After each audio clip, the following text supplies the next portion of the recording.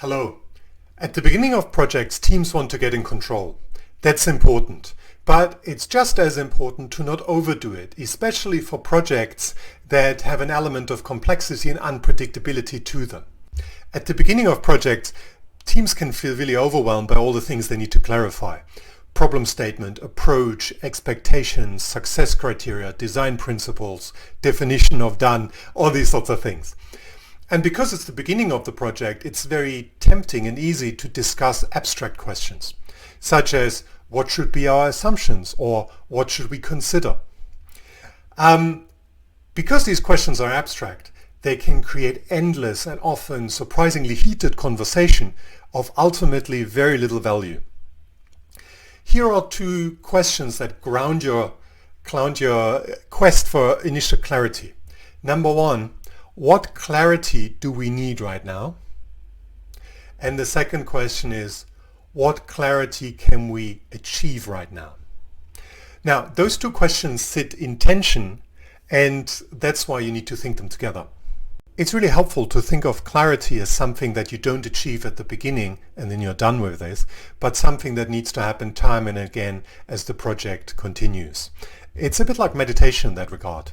So as the project goes on, all these things you want to talk about, assumptions, design principles, what's really important, will become more real and important to people.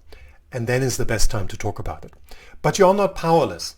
The whole idea of wireframes is to speed up this process and to put something in front of people that makes it real for them and allows you to elicit what they really think, what their mental models are, what is important to them, what their assumptions are.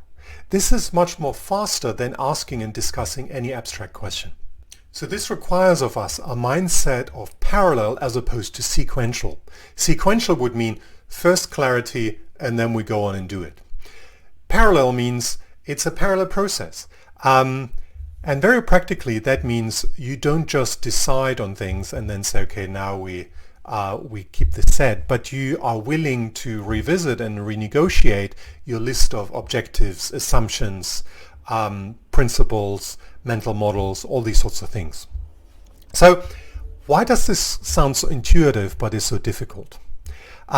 Two things. One is that's the negotiation process of when to reopen things and revisit them and when not to.